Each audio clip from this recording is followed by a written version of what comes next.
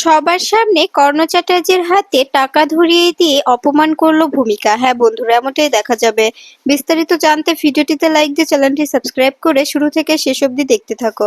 গল্পের শুরুতেই দেখা যাবে নন্দিনী প্রেস মিট করার কথা বলে ভানু বলতে থাকে, একটাবার ভেবে দেখতে পারো, এভাবে যদি প্রেস মিট করার কথা ভাবো তুমি কিন্তু বুঝতে পারছো না অপোজিট পাশে কিন্তু তোমার বোন ও তোমার ভগ্নিপতি দাঁড়িয়ে আছে, তাই বলছি একটাবার ভেবে দেখতে পারো। তখন এই কথা শুনে নন্দিনী বলতে থাকে, আমার যেটা ইচ্ছে আমি সেটা করব, কেউ আমাকে বাধা দিতে পারবে না, কেউ না। এ কথা শুনে দেখা যাবে তখনই চিপর্ণা বলে, এ কথাগুলো কি তোর সত্যি কথা বলছিস তুই?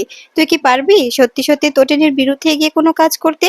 তখন তো তোর রক্ত কথা বলবে, তাই না? তখনই দেখা যাবে নন্দিনী বলতে থাকে, প্লিজ কাকিমণি আমাকে পিঞ্চ করে কথা বলো না, আমি যেটা বলছি, যেটা কথা দিয়েছি আমি সে কথাটা রাখবো। আমি অবশ্যই অবশ্যই আয়ুষীর পাশে দাঁড়াবো। আমি আয়ুষীর যদি কোনো ক্ষতি হয়ে যায় আমি কিছুতেই শিবপ্রসাদ ও তটিনীকে ছাড়বো না, আমি তোমাদের কথা দিচ্ছি। এ কথা শুনে দেখা যাবে ত্রিপর্ণা বলতে থাকে, কথাটা যেন মনে থাকে। তখনই নন্দিনী বলে, আমি যেটা কথা দিয়েছি সেটা বরাবরই কথা রেখেছি। নন্দিনী মুখার্জির কথা কখনো ফলে না, কখনো দুদিকে যায় না, বুঝতে পেরেছো কাকিমণি? তখনই ত্রিপর্ণা বলে, সত্যি সত্যি নন্দিনী, তুমি যদি এভাবে আমাদের পাশে থাকো তবে আমরা তোমার কাছে অনেক কৃতজ্ঞ থাকবো। কারণ কারণ তোমার বাবা, তোমার মা, তোমার বোন সবাই তো আমাদের বিরুদ্ধে, তাই না? তোমার বাবা মার বিরুদ্ধে গিয়ে, তোমার বোনের বিরুদ্ধে গিয়ে কি তুমি আমাদের পাশে দাঁড়াতে পারবে? তুমি কি সত্যি সত্যি আমাদের পাশে থাকবে? তোমার কাকাইকে খুঁজে বের করতে আমাদের সাহায্য করবে? তখনই নন্দিনী বলে, অবশ্যই অবশ্যই, কাকাই তো আমার বাবারই মতো, তাই না? এরপরে দেখা যাবে নন্দিনী বলতে থাকে, আমি তটিনীকে ট্রেড করেছি, ওকে আমি বলেছি আগামী আগামী 24 ঘন্টার মধ্যে যদি আয়ুষী বাড়ি ফিরে না আসে তবে আমি ওদের বিরুদ্ধে প্রেস মিট করবো। এরপরে দেখা যাবে কর্ণ চ্যাটার্জি এসে নন্দিনীর সামনে দাঁড়ায় আর বলতে থাকে, সেটা হবে না, কারণ কারণ 24 ঘন্টার আগেই আয়ুষী বাড়ি ফিরে আসবে। কারণ কারণ পরশুরাম সমস্ত এগ্রিমেন্ট মেনে নিয়েছে, ও সমস্ত কিছু আমাদের থেকে আমাদের কাছে স্বীকার করেছে, সমস্ত কিছু বলেছে, ও সমস্ত প্রমাণ লোপাট করে দেবে। তাই তাই আর আয়ুষীর কোনো ক্ষতি হবে না, আয়ুষী বাড়ি ফিরে আসবে এবং জিৎ মুখার্জিও ফিরতে পারে। এ কথা শুনে চিপর্ণা বলে, কি বলছেন এসব আপনি? সত্যি বলছেন আমার আয়ুষী ও আমার হাজবেন্ড বাড়ি ফিরে আসবে? তখনই কর্ণ চ্যাটার্জি বলে, হ্যাঁ আপনারা চাইলে ফিরতেই পারে, কিন্তু আপনারা যদি অযথা নিজেদের মধ্যে ঝামেলা করেন, আপনারা যদি না চান তবে নাও ফিরতে পারে, এতে আমাদের করার কিছুই থাকবে না। এরপরে দেখা যাবে কর্ণ চ্যাটার্জি আরাধ্যাকে ডাকলে আরাধ্যা এসে বলতে থাকে, আপনারা এখানে কেন এসেছেন, কি চান আপনারা? তখনই কর্ণ চ্যাটার্জি বলে, আরাধ্যা আমি তোমার শ্বশুর মশাই, তুমি আমার সঙ্গে এরকম করে কথা বলতে পারো না, তোমার কোনো অধিকার নেই। তখনই আরাধ্যা বলে, অবশ্যই পারি, কেন পারি না? অবশ্যই পারি, কারণ আপনারা আপনারা এখন আর মানুষের মতো মানুষ নেই, আপনারা এক একটা অমানুষ হয়ে গেছেন। আপনার ছেলে, যাকে আমি ভালোবেসে তার হাত ধরেছিলাম, সে আমাকে বাড়ি থেকে বের হয়ে আসতে বাধ্য করেছে, এখন কেন এসেছেন এ বাড়িতে? এরপরে দেখা যাবে কর্ণ চ্যাটার্জি তটিনীকে ফোন করে, তটিনীকে ফোন করে বলতে থাকে, তটিনী আমি তো জানি তুমি আমাদের সঙ্গে কপারেট করে নিয়েছো এবং তোমার হাজবেন্ডও আমাদের সঙ্গে পুরোপুরি ভাবে কপারেট করেছে। নন্দিনী বলছে যে তোমার বিরুদ্ধে প্রেস মিট করবে, আমিও বলে দিয়েছি প্রেস মিট করার কোনো প্রয়োজন নেই, আয়ুষী খুব শীঘ্রই বাড়ি ফিরে আসছে, 24 ঘন্টার আগে আয়ুষী বাড়িতে প্রবেশ করবে। এটা শুনে নন্দিনী অবাক হয়ে গেছে। এ কথা শুনে দেখা যাবে তটিনী বলতে থাকে, তো আমি কি করতে পারি? এখন এখন আমাকে ফোন করেছেন কেন আপনি? তখনই কর্ণ চ্যাটার্জি বলে, ফোন করেছি একটাই কারণ, তুমি আরাধ্যাকে বোঝাও ও যেন বাড়ি ফিরে চলে, ও যেন আমাদের কথা শুনে, তা না হলে কিন্তু আয়েশি জীবিত অবস্থায় না এসে মৃত অবস্থায় ওর লাশও আসতে পারে। এ কথা শুনে তটিনী রেগে যায় আর বলতে থাকে, থ্রেট করছেন, আমাদের ভয় দেখাচ্ছেন, তাই তো? তখনই কর্ণ চ্যাটার্জি বলে, তুমি যদি মনে করো তোমাকে থ্রেট করছি, ভয় দেখাচ্ছি, তবে সেটাই, কিন্তু কিন্তু তুমি কিন্তু আমার সঙ্গে ডিল করেছো যে তুমি আমার ছেলের ফাইলটাও একদম সারা জীবনের মতো লোপাট করে দেবে, কখনো আর ওই ফাইলটা খোলা হবে না। এ কথাটা যেন মাথায় থাকে। তখনই দেখা যাবে তটিনী বলতে থাকে, ঠিক আছে আমি বুঝতে পারছি, আপনি আপনি ভাবতেও পারছেন না সময় কিন্তু সবার এক থাকে না, অনেক সময় আছে, সময় কিন্তু ঘুরেও যেতে সময় লাগে না। এরপরে দেখা যাবে কাবির আরাধ্যাকে শাড়ি দিয়ে বলতে থাকে, আরাধ্যা এই শাড়িটা ভীষণ এক্সক্লুসিভ, এই শাড়িটা ভীষণ দামি, এই শাড়িটা পরেই তুমি কালকে রথের দড়ি ধরে টানবে, এরপরে রথযাত্রা শেষ হলে তুমি আমাদের বাড়িতে ফিরে যাবে, এই কথাটা যেন মাথায় থাকে। কালকে আমরা সপরিবারে আসবো তোমাদের বাড়ির রথযাত্রায়, সবাই আসবে, এখানে অনেক হই হুল্লোড় করা হবে। এরপরে কর্ণ চ্যাটার্জি নন্দিনীকে বলে, নন্দিনী তোমাকে একটা কথা বলছি, এখনো সময় আছে, সময় আছে, নিজের নিজের ভুলটা বুঝতে শেখো। তুমি তটিনীর বিরুদ্ধে প্রেস মিট করো না, কারণ তটিনী তটিনী আমাদের সঙ্গে কোঅপারেট করেছে। তটিনীর বিরুদ্ধে প্রেস মিট করলে ব্যাপারটা আমরাই ফেঁসে যাব। এরপরে দেখা যাবে কর্ণ চ্যাটার্জি তটিনীকে বলতে থাকে, কথাটা যেন মাথায় থাকে, সমস্ত ফাইল লোপাট করে দেবে। আর আর আমার ছেলে কাবির চ্যাটার্জির ফাইলটাও যেন কোনোভাবেই আর খোলা না হয়। এরপরে দেখা যাবে ফোন কেটে দিলে তখনই তটিনী বলতে থাকে, তোমার ধারণাই ঠিক, ওরা ভেবে নিয়েছে ওরাই উইনার হবে, সমস্ত কিছু ওদের হাতের মধ্যেই আছে, কিন্তু ওরা তো জানে না যে সমস্ত কিছু কার হাতের বাহিরে আর কার হাতের মধ্যে আছে, এটা ওদের কোনো ধারণা নেই। এরপরে পরশুরাম বলরামকে ফোন করে বলতে থাকে, কি ব্যাপার, ওদিকে কি খবর? তখনই বলরাম বলে, পাঁচঘোড়া ও নন্দা আমার সামনে দাঁড়িয়ে আছে এবং সমস্ত সমস্ত প্রমাণ, তারপরে ফাইল সমস্ত আমার কাছে আছে। এখন আমি সমস্ত প্রমাণ, সাক্ষ্য প্রমাণ একদম শেষ করে দেব, পুড়িয়ে দেব। এ কথা শুনে শিবপ্রসাদ বলতে থাকে, ঠিক আছে, তুই বুঝতে পারছিস তো, আমার কথাগুলো মাথায় আছে? তখনই দেখা যাবে বলরাম বলতে থাকে, হ্যাঁ সমস্ত কিছুই আছে, আমি তোকে বলছি এক্ষুনি আমি সমস্ত পেপারস পুড়িয়ে দেব। এই বলে ফোনটা কেটে দেয়। এরপরে দেখা যাবে এরপরে দেখা যাবে পরশুরাম তটিনীকে বলতে থাকে, খেলাটা এবার জমবে, এবার খেলাটা আস্তে আস্তে ঘুরবে। এরপরে দেখা যাবে এদিকে এদিকে বলরামকে পিঞ্চ করে কথা বলে মহিতোষ মজুমদার, আর বলতে থাকে, কি ব্যাপার, তোমরা তো অনেক অনেক নেচেছিলে, অনেক বলেছিলে যে তোমরা জিতে গেছো আর আমরা হেরে গেছি, কি এখন কি বুঝতে পারছো? কাল সকাল থেকে এখানে বিরাজ করবে এই মহিতোষ মজুমদার ও সৌরভ, এখানে এখানে আমার কথাতেই শেষ কথা হবে, এখানে আমি জেরে বসবো, তোমরা কিচ্ছু করতে পারবে না।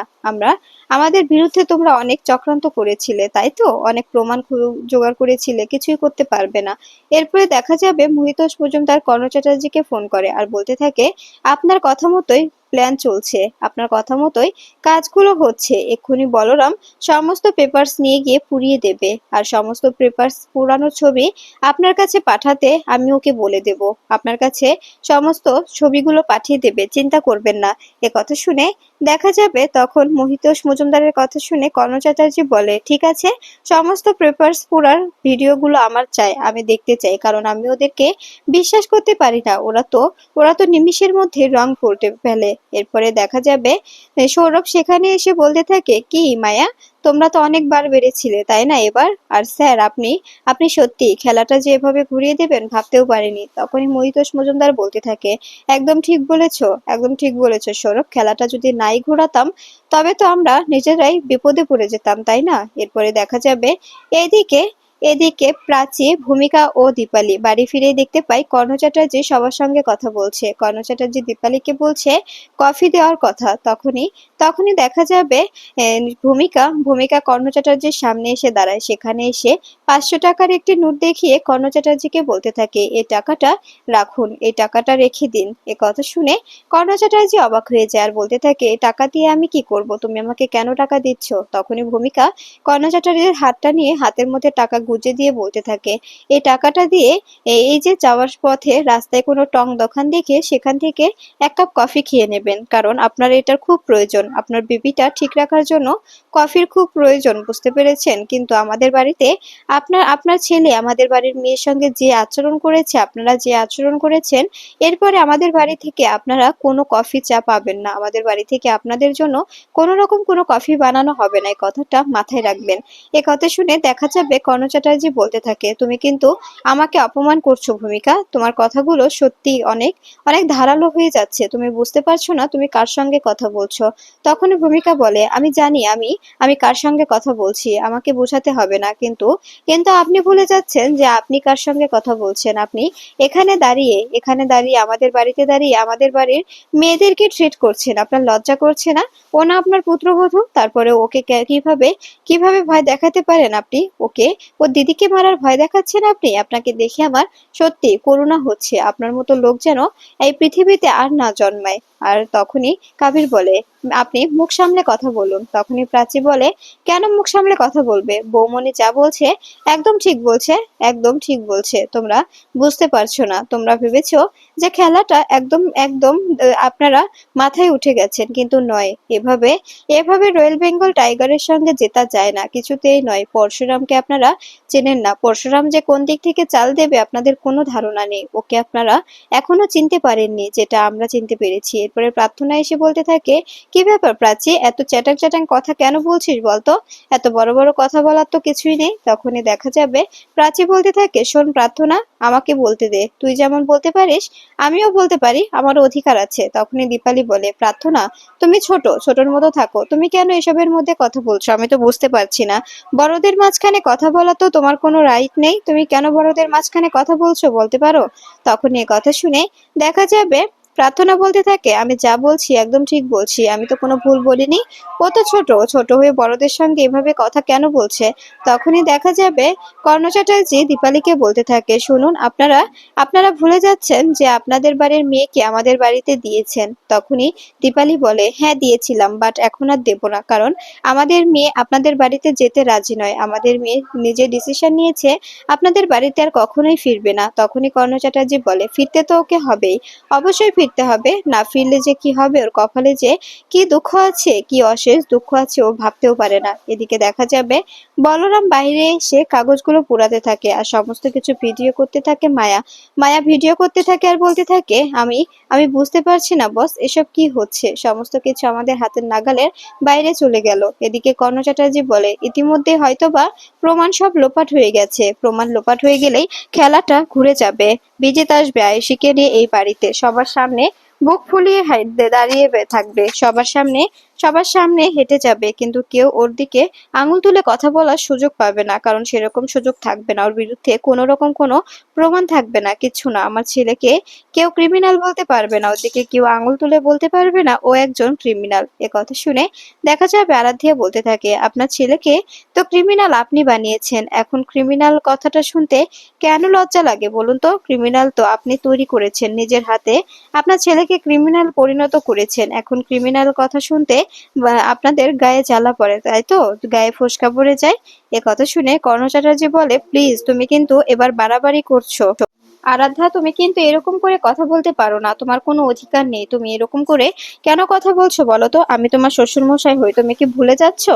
ব্যাপারটা ভুলে যেও না। এরপরে দীপালি বলে, ভুলেনি, ও ভুলেনি, কিন্তু আপনাদের মতো অসুর শ্বশুর মশাই কোনো মেয়েই চায় না। কেউ চায় না যে তার জীবনটা এভাবে নষ্ট হয়ে যাক, তার জীবনটা এভাবে নরকে পরিণত হোক, বুঝতে পেরেছেন? এই কথাটা মাথায় রাখবেন। এরপরে দেখা যাবে কর্ণ চ্যাটার্জিকে ফোন করে পরশুরাম, ফোন করে বলতে থাকে, সমস্ত প্রমাণ লোপাট হয়ে গেছে, সমস্ত সমস্ত ফাইল এভিডেন্স পুড়িয়ে দেওয়া হয়েছে। আমি আমি আপনাকে ভিডিও পাঠিয়ে দিয়েছি, ভিডিওটা দেখে নেবেন। এ কথা শুনে কর্ণ চ্যাটার্জি হাসতে থাকে। এদিকে তটিনী পরশুরামের দিকে অবাক হয়ে তাকিয়ে থাকে। এদিকে কর্ণ চ্যাটার্জি বলে, একটা কাজের কাজ করেছো আজকে, আজকে সত্যি তুমি একটা কাজ করলে। একটা কথা মাথায় রাখবে, আজকে এবারের জন্য তোমাকে আমি ক্ষমা করে দিলাম, কিন্তু নেক্সট টাইম যদি এই ভুল করো, কোনো রকম কোনো ঝামেলা করার চেষ্টা করো, তখন কিন্তু আর কোনো ক্ষমা হবে না। তখন চাইলেও আর তুমি তুমি আমার হাত থেকে বাঁচতে পারবে না, কথাটা মাথায় রেখো। এ কথা শুনে পরশুরাম বলে, আপনি আপনি আমার সঙ্গে এভাবে কথা বলতে পারেন না। আপনার যে কাজটা ছিল আমি কাজটা করে দিয়েছি, এখন ফোনটা রেখে দিন। এরপরে দেখা যাবে এরপরে কর্ণ চ্যাটার্জি বলে, আমি বারবার বলেছিলাম আমাদের সঙ্গে লাগতে এসো না, পারবে না। আমাদের সঙ্গে লাগা এতটাও সহজ নয়, তুমি যতটা সহজ মনে করেছো ততটা সহজ হলে তো কবেই হতো, কিন্তু আমাদের সঙ্গে লাগা এতটাও সহজ নয়। আমরা আন্ডারওয়ার্ল্ডে বাস করি, আমাদের সঙ্গে চ্যালেঞ্জ নেওয়া মানে নিজেই যুদ্ধে হেরে যাওয়া। এই বলেই ফোনটা কেটে দেয়। এরপরে দেখা যাবে পরশুরামকে তটিনী বলে, তোমার চোখে জল, চোখগুলো ছলছল করছে, কেন এভাবে কষ্ট পাচ্ছ? একদম কষ্ট পাবে না, কষ্ট পাওয়ার তো কিছু নেই, কষ্ট পাওয়ার কোনো কারণ নেই, কষ্ট পাচ্ছ কেন বলো তো?